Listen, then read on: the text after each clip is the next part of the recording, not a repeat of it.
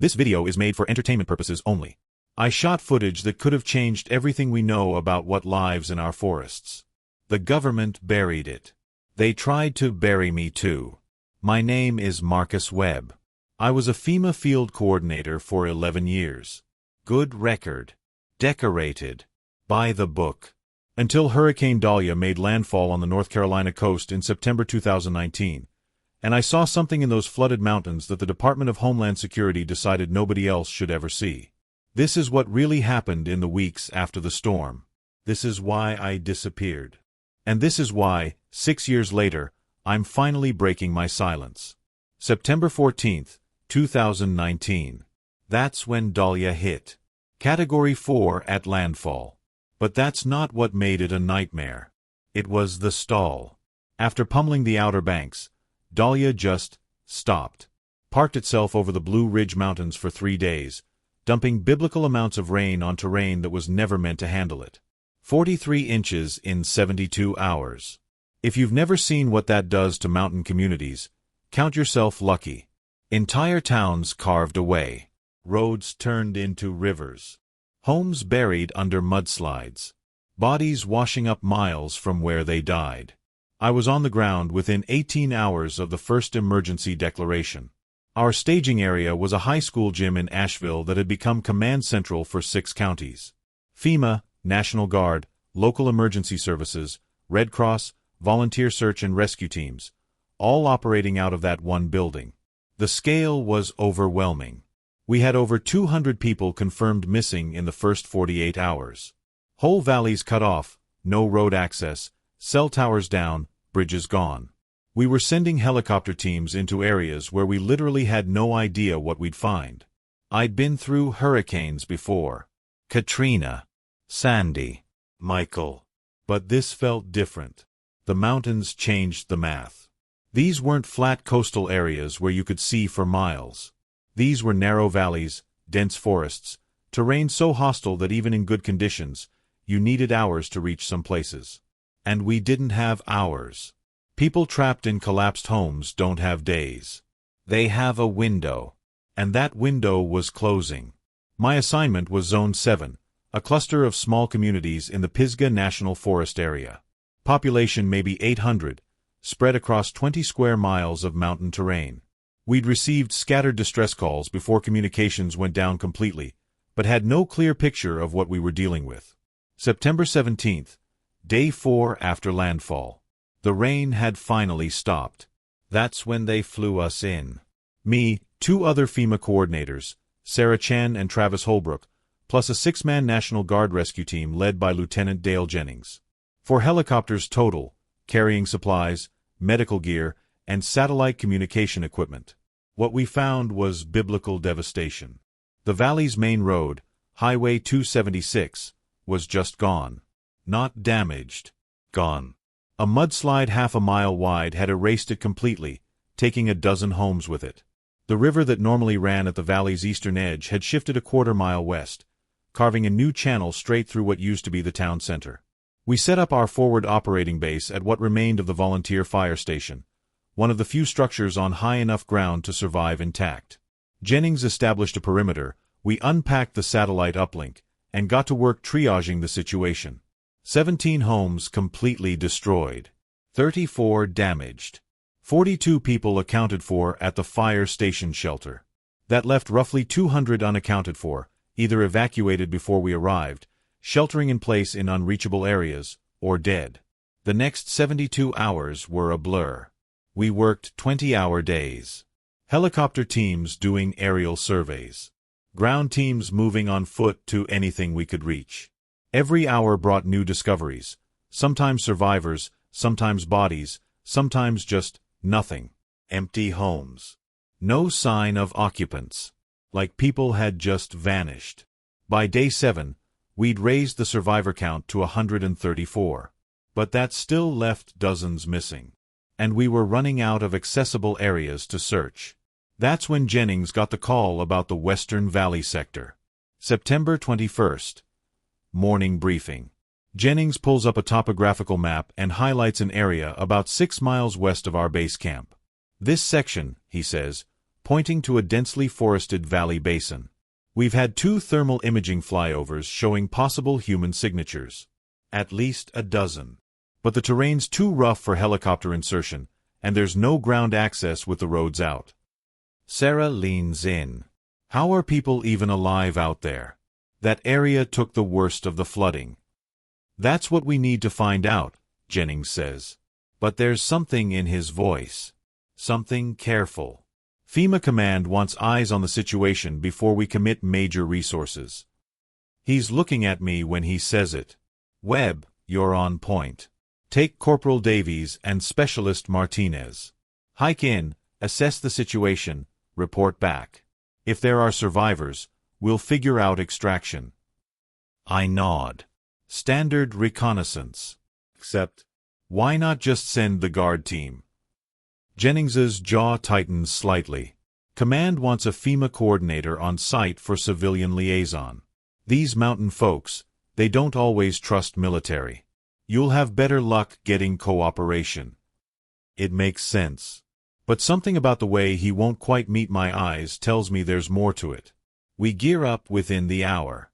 60-pound packs. Medical supplies. Satellite phone. Emergency rations.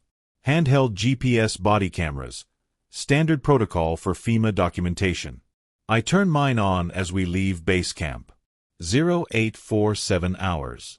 September 21st, 2019. Everything that happened next was recorded. The terrain is worse than the aerial photos suggested. What used to be a maintained Forest Service trail is now a gauntlet of downed trees, washouts, and debris fields. We're not hiking. We're climbing, crawling, wading through mud that sucks at our boots like it wants to pull us under. Davies is 24, from Tennessee, built like a linebacker. Martinez is 31, former Army Ranger, quiet. Both good at their jobs. Both clearly briefed on something I wasn't. 2 hours in, Martinez stops abruptly. Hand up. We freeze. He's staring into the tree line to our left. After a long moment, he shakes his head and continues. But I see him touch his sidearm. Checking it's there. What was that? I ask. Thought I saw something. Probably just a deer. But his voice says he doesn't believe that. We push on. By noon, we've covered maybe 3 miles. The GPS shows we're close to the thermal signature zone, but we haven't seen any signs of human presence. No smoke. No voices. No trails. Just broken forest and the sound of water rushing somewhere below us. Then we hear it. A voice. Faint. Calling for help. We move toward it, faster now, abandoning caution for speed. The voice is coming from a collapsed structure. Used to be a cabin, now just a pile of logs and roofing partially buried in a mudslide. FEMA! I shout. We're here to help. Can you hear me? Here. We're trapped. Please. Davies and Martinez start pulling debris. I'm on the satellite phone calling it in to base camp when I see the movement. Something large. In the trees. 40 yards upslope. I turn, expecting maybe a bear disturbed by our noise. It's not a bear. The figure is massive. 8 feet tall, maybe more. Covered in dark brown hair. Moving through the heavy brush with impossible silence despite its size. And it's watching us. My brain tries to process what I'm seeing. My first thought, absurdly, is that it's someone in a costume. A hunter. A crazy survivalist. But no costume moves like that. No human is built like that. Broad shoulders. Long arms. A face that's almost human but not quite. Flatter, more pronounced brow ridge. And the eyes. Even from 40 yards, I can see the eyes. Dark. Intelligent. Focused. On us. Davies. I whisper. Martinez. Don't move. Don't reach for your weapons. They freeze. Follow my gaze. Jesus Christ, Davies breathes. Martinez's hand is already moving toward his sidearm. Don't, I snap. It hasn't done anything aggressive. The figure, the creature, The thing I still can't quite name, even though part of my brain is screaming what it has to be, tilts its head slightly. Like it's listening. Evaluating. Then it moves. Not toward us. Toward the collapsed cabin. It covers the distance in seconds, moving with a fluid power that makes it clear how effortlessly it could hurt us if it wanted to. My hand finds my body camera, making sure it's recording. Making sure I'm not hallucinating this. The creature reaches the debris pile. Reaches down with both massive hands. And lifts a log that has to weigh 300 pounds like it's made of foam. Underneath, I can see into the collapsed interior. 2 people. A woman and a teenage boy.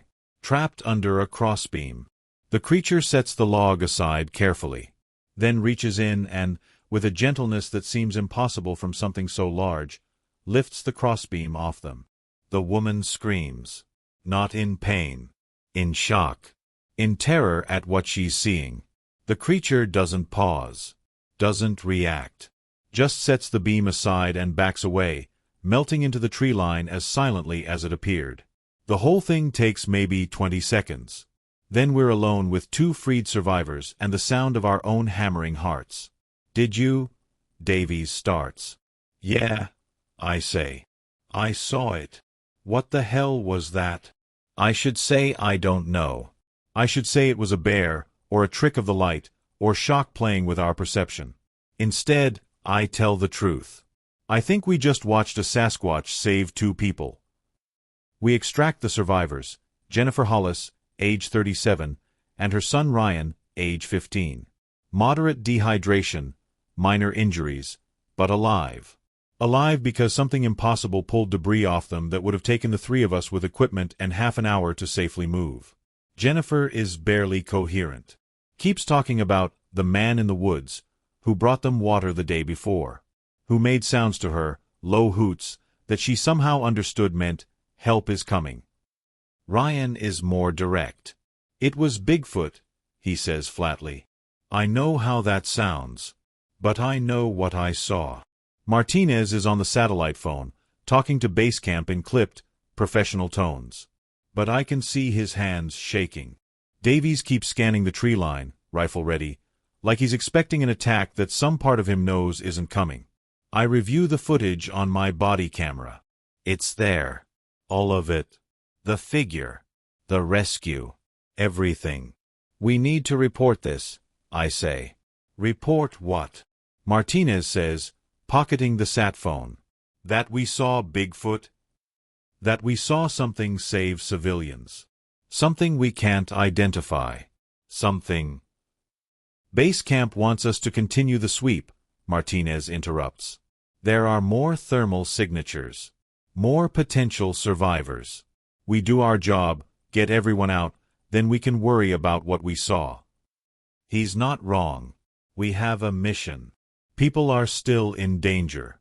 But as we continue deeper into the valley, something settles in my gut like a stone. We're not alone out here. And whatever else is out here, it's been helping people survive. The question is, why? Over the next 6 hours, we find 11 more survivors.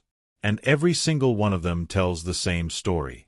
A man named Gerald Pritchard, age 68, diabetic, trapped in his attic when the floodwaters rose.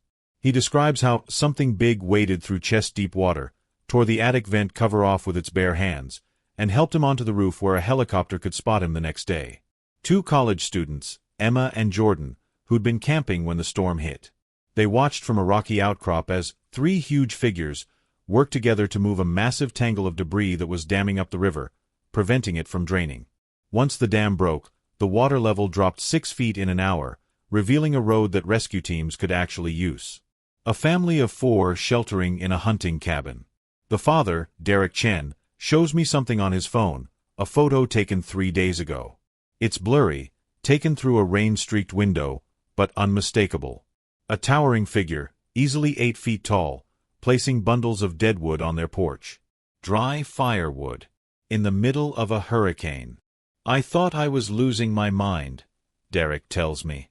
But it came back twice. Left food the second time.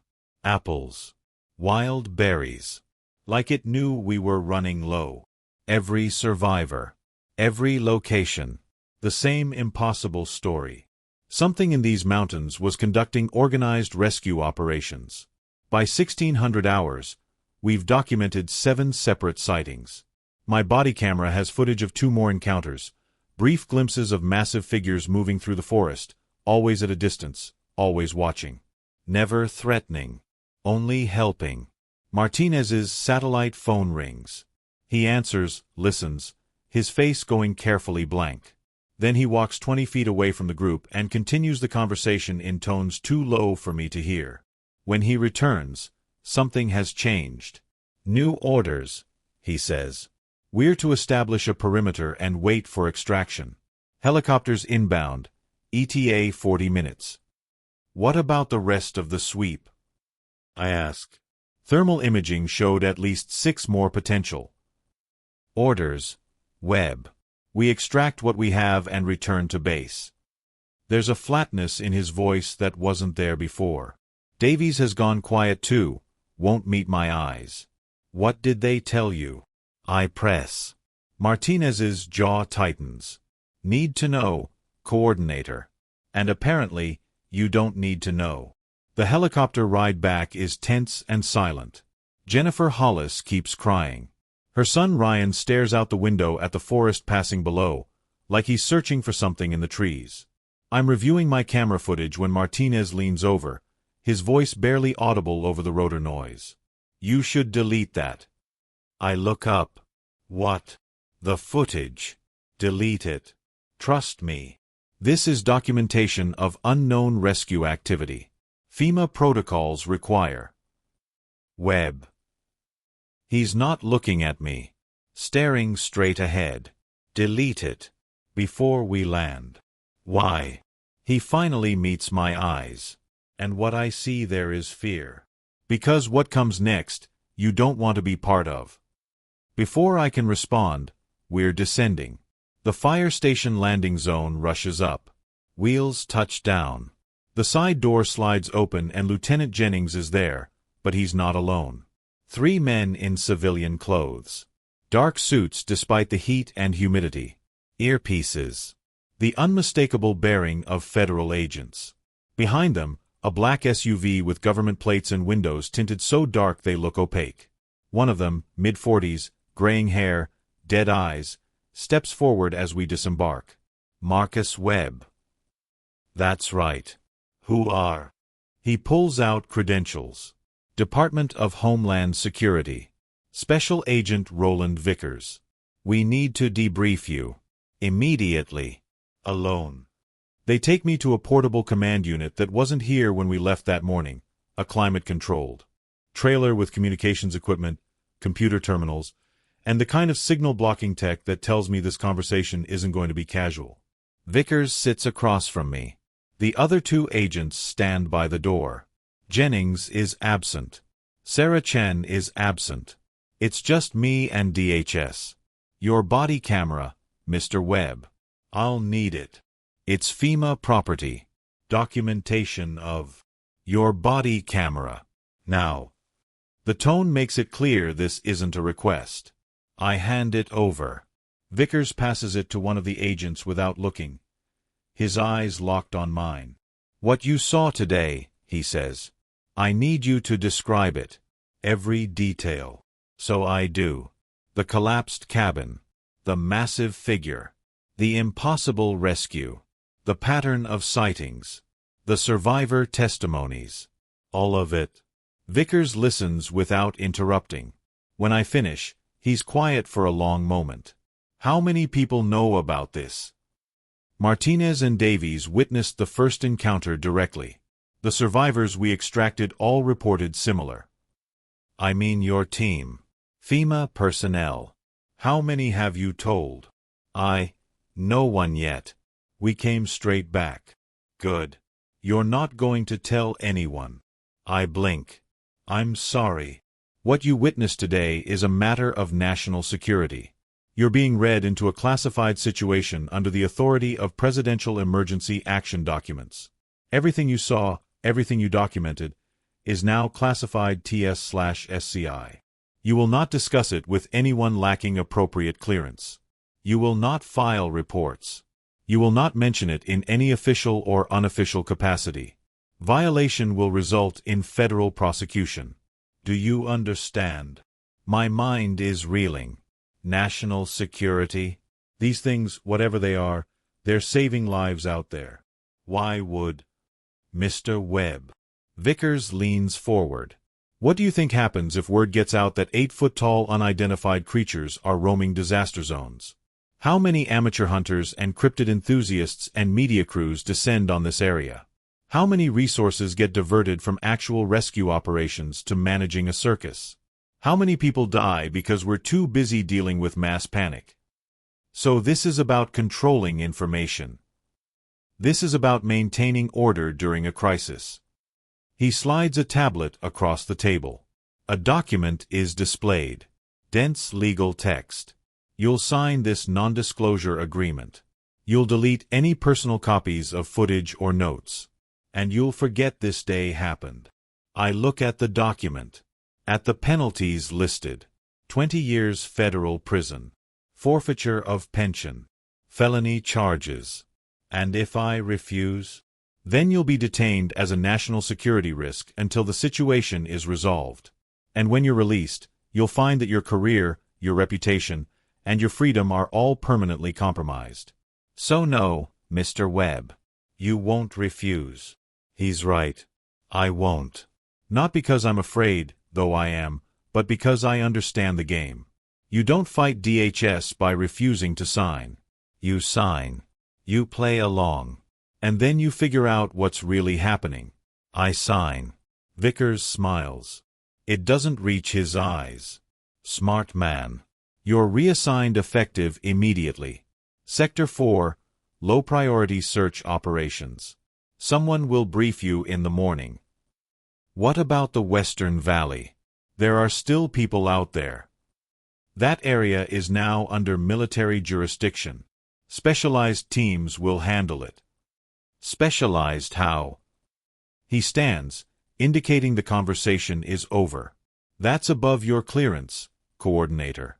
Get some rest. You've had a long day. I don't go to my assigned bunk. I'm too wired, too angry, too disturbed by how quickly DHS rolled in with pre-prepared NDAs and classification protocols. They were ready for this, which means they knew, or suspected. I find Sarah Chen outside the communications tent, smoking a cigarette despite the no-smoking policy. She sees me and stubs it out quickly. Marcus, I heard you got pulled into. Are you okay?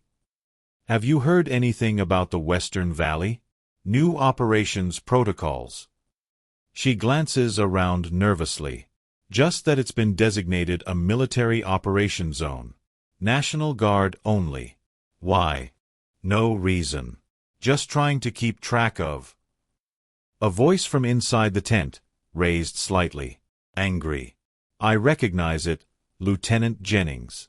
Don't care what your rules of engagement say, this is a civilian rescue operation, and I'm not going to. Another voice. Vickers. Colder. You'll follow your orders, Lieutenant, or you'll be relieved of command and face charges of insubordination during a federal emergency. Sarah and I exchange glances. Without discussing it, we move closer to the tent's side wall. The fabric is thin. Voices carry. You're talking about lethal force, Jennings says. Against something that, according to every report, has been helping people survive. We're talking about eliminating a threat before it becomes unmanageable. These entities, whatever they are, represent an unknown variable in a crisis zone. They're large, powerful, and operating with unknown motives. The fact that they've been non-hostile so far doesn't mean they'll remain that way. So your solution is to shoot them on sight? Our solution is to establish control. We have teams positioning in the Western Valley now. Any unidentified large figures will be tagged as hostile looters and neutralized. The official record will show we eliminated dangerous individuals interfering with rescue operations. My blood runs cold. Tagged as looters? Jennings' voice is incredulous. You're going to massacre intelligent creatures and call them criminals? I'm going to protect American citizens from potential threats and maintain operational security. The entities will be eliminated quietly. Bodies will be secured and transported to appropriate facilities for study. The area will be sanitized. And by this time tomorrow, no one will know anything unusual happened here. Silence. Then Jennings, quieter. I won't be part of this. You already are, Lieutenant. You were read in 30 minutes ago. You're bound by the same classification protocols as everyone else. You can choose to follow orders, or you can choose to lose your career and face federal prosecution. Either way, the operation moves forward. Footsteps. Moving toward the tent entrance. Sarah and I scramble away, trying to look casual, but my heart is hammering. Vickers emerges first, followed by Jennings, who looks pale and sick. They walk in opposite directions without another word. Sarah grabs my arm. Marcus. What the hell is happening? I think about the NDA I signed. About the threats Vickers made. About my career, my pension, my freedom. Then I think about that creature carefully, gently lifting debris off a trapped mother and son. About the intelligence in those eyes. About organized rescue operations conducted by something the government is about to hunt down and kill. Something wrong, I say. Something really, really wrong.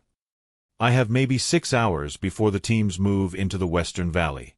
6 hours to decide if I'm going to be the guy who stands by and lets this happen, or the guy who does something about it. The smart play is to keep my head down.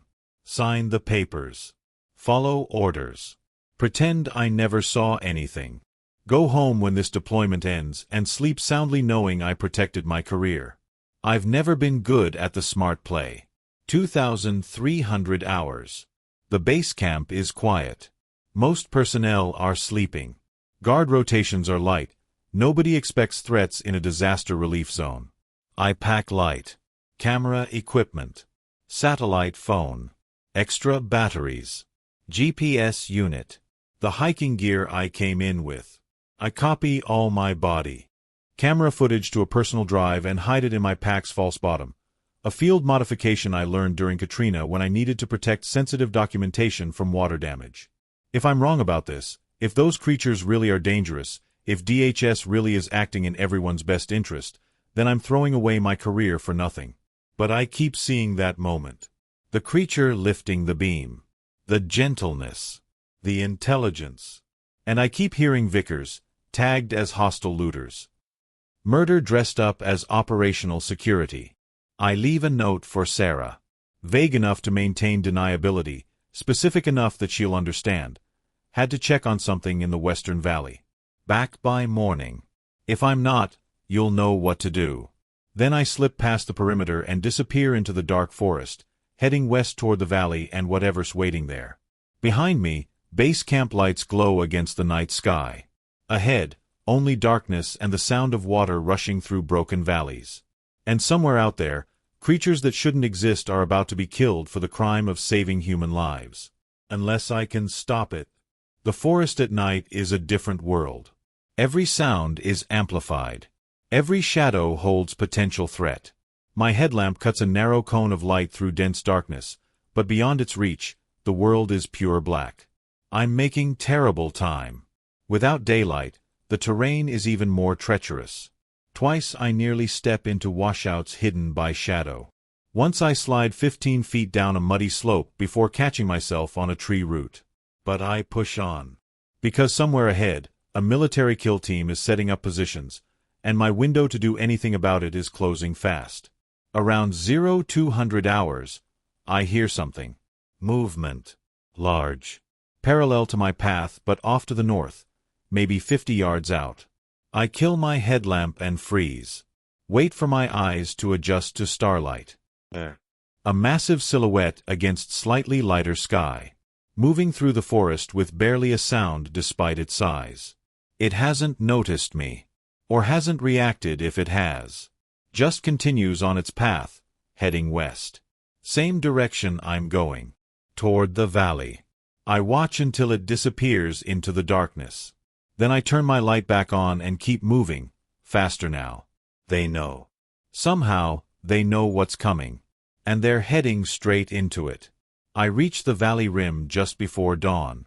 The sky is turning from black to deep blue, and in that pre-dawn light, I can see down into the basin below. What I see stops me cold. The valley floor is a staging ground. Not for creatures, for humans. 4 military vehicles positioned at strategic points. Portable lights on stands, currently dark. What looks like a command tent. And soldiers, at least 20 of them, taking up sniper positions on the ridgelines, setting up a perimeter that turns the entire valley into a kill zone. They're not here to observe. They're here to execute. I'm glassing the area with my binoculars when I see movement on the valley floor. Large shapes emerging from the tree line on the eastern side. 1, 2, 5, 7. 7 of them. Moving together. The largest is maybe 9 feet tall, the smallest, still huge by human standards, perhaps 7 feet. They're carrying things. Bundles. Branches arranged in specific patterns. As dawn light grows stronger, I realize what I'm seeing. They're building something. A shelter. And around it, they're placing items, supplies salvaged from destroyed homes. Blankets. Containers of water. Food packages. Medical supplies. They're creating a cache. A supply depot for survivors still trapped in the remote areas. And they have no idea they're walking into an ambush. I pull out my satellite phone. My hands are shaking. If I make this call, there's no going back. I'll be betraying federal orders, violating national security protocols, ending my career at minimum. But if I don't, I'm still trying to decide when I hear the voice behind me. Put the phone down, Webb. I turn slowly. Martinez. He's in full tactical gear, rifle slung across his chest, night vision goggles pushed up on his helmet. He must have followed me. Or been sent after me. Martinez, you need to see what's happening down there. I know what's happening. I have my orders. Orders to murder intelligent beings who've been saving lives. Orders to neutralize unknown entities in a federal emergency zone. But there's something hollow in his voice. Like he's reciting words he doesn't believe. Look at them, I say, gesturing to the valley. Really look. They're not threatening anyone. They're building a supply cache for survivors. They're helping. Or they're gathering resources for unknown purposes. We don't know what they are, Webb. We don't know what they want. And in a crisis, unknowns get eliminated. They're not unknowns. They're people. Different, yes. But people. With intention. With compassion. With... A crackle from Martinez's radio. Vickers' voice, all units, targets have entered the kill zone. Prepare to engage on my mark. Martinez's hand moves to his radio. He's going to confirm. Going to let this happen. I do the only thing I can think of. I raise the satellite phone and start recording video. Full zoom on the valley floor. On the creatures working peacefully. On the sniper positions hidden in the rocks. What are you doing? Martinez hisses. Documenting a war crime. That's classified, you can't. I can. And I am. And if you try to stop me, that'll be on camera too. His hand is still on his radio. His finger on the transmit button. One word from him and I'm in custody. One word and everything I'm recording becomes evidence in my own prosecution. But he doesn't press it. Why? He asks quietly. Why throw everything away for them? Because someone has to. Because if we let this happen, if we murder them for the crime of being different and helping people, then what the hell are we? Down in the valley, Vickers' voice again. All units, stand by. Engaging in 5, 4. I make a decision that will haunt me or redeem me, depending on how this plays out. I cup my hands around my mouth and scream into the valley. Run! Get out! It's a trap. Everything happens at once. The creatures' heads snap up. For one frozen second, they stare in my direction. Then the largest one, The leader, I'm certain, makes a sound. Deep. Resonant. Not quite a roar, not quite a call. Something between. And they move. God, they move fast. Faster than anything that size should be able to move. Scattering in different directions. Not panicked but coordinated. Tactical. Like they've drilled for this. Vickers' voice on the radio, furious. All units, engage. Engage now. Gunfire erupts. Rifles barking from multiple positions. But the creatures are already in the trees, already disappearing into terrain they know and the soldiers don't. Martinez grabs my arm. You stupid son of a... Do you have any idea what you just did? Yeah, I say. I just saved their lives. More voices on the radio. Confused shouts. Lost visual. Where did they? No clear shot. Vickers. Webb. I know you're up there. You just committed treason during a federal emergency. Every agent, every soldier in this valley is now looking for you. Martinez's grip tightens on my arm. He's right. You need to come in. Before this gets worse. It's already worse. It's been worse. We just stopped pretending. I twist free from his grip and run. Back into the forest, back the way I came, my pack bouncing against my spine and my satellite phone clutched in my hand with its recording of everything that just happened. Behind me, I hear Martinez on his radio. Subject is fleeing north, Sector 7. In pursuit. But his voice lacks conviction. And when I glance back 30 seconds later, he's not following. He's just standing there, watching me go. The next 48 hours are a blur of running, hiding, and barely sleeping. They have helicopters searching. Ground teams with dogs. Thermal imaging. The full resources of DHS and military assets in a disaster zone. And they're all looking for me. I move mostly at night. Use streams to break my scent trail. Shelter in hollow logs and under rocky overhangs during the day when helicopters patrol overhead. The satellite phone stays off except for brief moments when I upload footage to encrypted cloud storage. 3 different services, multiple copies, because if they catch me, they'll destroy the original. On the second night, I make a mistake. Get too close to a fire lookout tower that's being used as a forward observation post. Spotlights sweep the area. Dogs start barking. I run, crashing through underbrush, my lungs burning. And that's when I see them again. 3 of the creatures. Standing in a clearing ahead of me. Absolutely still. The lead one, the big male, I'm somehow certain, is looking directly at me. For a moment, I think I'm dead. Or captured. Or about to witness something I won't survive. Then the creature does something impossible. It gestures. A clear, deliberate motion with one massive arm. This way. I hesitate for maybe 2 seconds. Behind me, dogs and shouts are getting closer. Ahead, an 8-foot-tall cryptid is offering help. I run toward them. The big male turns and moves into the forest. The other 2 flank me, not threatening, protecting. We move fast, faster than I thought I could move, following paths I can barely see, through terrain that would be impossible in daylight. After maybe 15 minutes, the lead creature stops. Points down. There's a narrow crevice between 2 boulders. Barely visible. Big enough for a human, too small for them.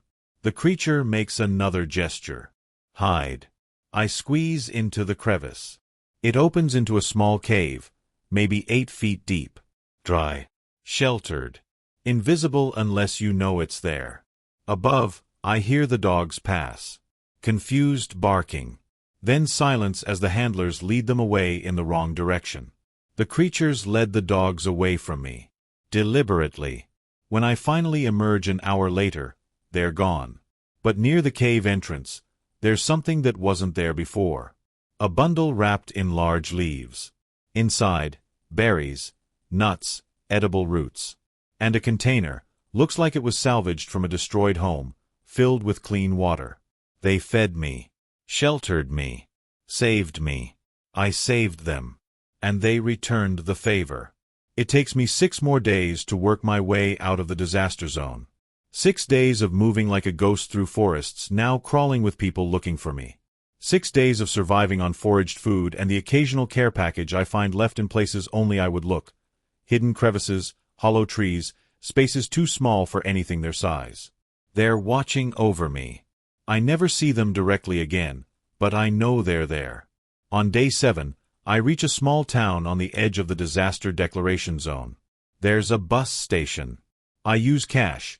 My credit cards are certainly flagged, to buy a ticket to Charlotte under a fake name. At the station, I see my face on the news. The official story: FEMA coordinator Marcus Webb, wanted for questioning in connection with theft of government equipment and interference with federal operations. Considered potentially dangerous due to psychological stress from disaster exposure. They're painting me as crazy, as a breakdown case, as someone who can't be trusted. Smart. Discredit me before I can tell the story. But they made one mistake. They assume I'll try to go public immediately. Run to the media. Shout my story from the rooftops. Instead, I disappear. November 2025. 6 years since Hurricane Dahlia. 6 years since I threw away my career and my life for a 30-second decision in a mountain valley. I'm writing this from a cabin in Montana. Not my cabin. I don't own anything under my real name anymore. I've been Marcus Webb, David Chambers, John Bristow, and half a dozen other identities. Always moving. Always careful. The footage I uploaded that night has been my insurance policy. I let DHS know it exists. Let them know that if anything happens to me, arrest, accident, mysterious disappearance, it goes public immediately. Dead man switch. Old but effective. So we have a détente. They don't hunt me actively. I don't release the footage. And somewhere in the middle, we all pretend that night never happened. But it did happen. And I need people to know. Not because I'm a hero. I'm not. I'm a guy who made one good choice after years of just following orders. One good choice that cost me everything and gave me nothing except the knowledge that I did the right thing. The creatures, the Sasquatch, Bigfoot, whatever you want to call them, they're still out there. I've tracked reports over the years. Sightings that never make mainstream news. Hikers who swear something huge and hairy pulled them from a ravine. Rescue workers in disaster zones who find survivors in places that should have been impossible to reach. Talking about large helpers who disappeared before authorities arrived. They're still doing it. Still helping. Still hiding. And our government is still trying to decide if they're citizens worthy of protection or threats to be eliminated. I think about that night constantly. About the choice I made. About Martinez, who let me run. About Jennings, who looked sick at his orders. About Sarah Chen, who never reported my note and probably saved me from a much faster capture. I think about the big male creature who led me to safety. About the intelligence in those eyes. About the message that moment sent. We see you. We remember. You're not alone. Here's what I believe, after 6 years of researching, tracking patterns, and piecing together whispered stories from disaster zones across North America. They've always been here. Living in the deep forests, the remote mountains, the places humans don't go. Not animals. Not humans. Something else. Something parallel. And they've always helped. When floods come, when fires rage, when earthquakes shatter towns, they emerge from the deep places and do what they can. Moving debris. Guiding the lost. Leaving food and water for the stranded. Then they disappear again before too many people see. Before the questions get too loud. Before humanity has to confront the uncomfortable truth that we're not alone on this planet, and never have been. Our government knows. Has known for decades, probably. And they've made the decision that secrecy is more important than truth. That control is more important than cooperation. That eliminating unknowns is safer than accepting differences. Maybe they're right. Maybe I'm naive. Maybe if the world knew the truth, it would lead to panic, chaos, hunting parties, and extinction for a species that's managed to survive in the margins of our awareness for thousands of years. Or maybe we'd rise to the occasion.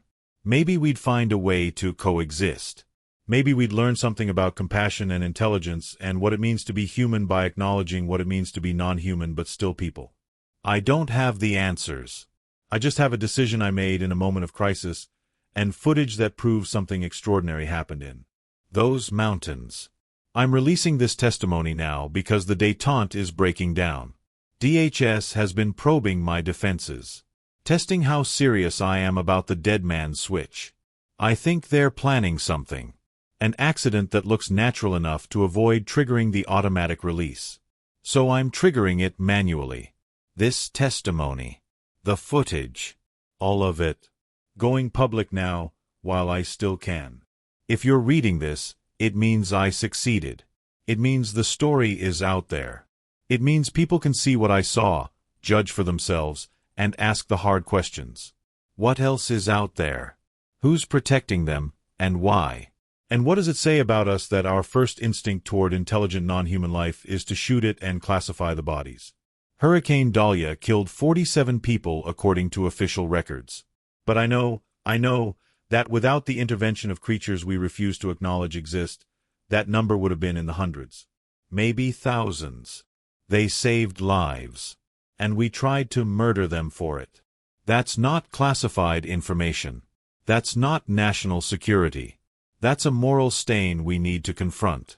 To the people who helped me escape, Martinez, Jennings, Sarah, and others whose names I won't mention for their protection, thank you. You gave me a chance when you could have ended this immediately. To the creatures who sheltered me in that cave, who left food and water, who guided searchers away from my hiding places, I don't know if you'll ever hear this, or understand it if you do. But thank you. You didn't owe me anything. You still helped. That means something. To anyone watching the footage attached to this testimony, look at it carefully. Watch how they move, how they coordinate, how they place supplies with clear intention and purpose. Those aren't animals. Those aren't threats. Those are people. Different from us, yes, but people. And they deserve better than what we've given them. My name is Marcus Webb. I was a FEMA field coordinator. I witnessed something extraordinary in the aftermath of Hurricane Dahlia. I made a choice that cost me everything. And I'd make it again. Because some things are more important than careers. More important than security clearances. More important than comfortable lies. Truth is one of those things. And the truth is this: we're not alone. We never have been. And it's time we started acting like the intelligent, compassionate species we claim to be. The footage is attached. Judge for yourselves. And if you're in DHS, reading this, know that I kept my word. I held the footage for 6 years. But you broke the détente. You made the choice to escalate. This is on you. The following video files are authenticated with blockchain verification and distributed across multiple platforms with automatic mirroring protocols. File 001. Body camera footage, September 21, 2019, 08:47 to 13:42 hours. Shows initial rescue encounter and survivor testimonies. File 002. Satellite phone recording, September 24, 2019, pre-dawn. Shows military staging area and creatures building supply cache. File 003. Audio recording, DHS interrogation, September 21, 2019. Contains Agent Vickers' statements regarding classification and hostile looter designation. File 004. Overheard conversation between Agent Vickers and Lieutenant Jennings regarding rules of engagement and planned elimination operations. All files have been verified by independent digital forensics experts. No evidence of manipulation or alteration detected. The truth is out there now. What we do with it is up to us.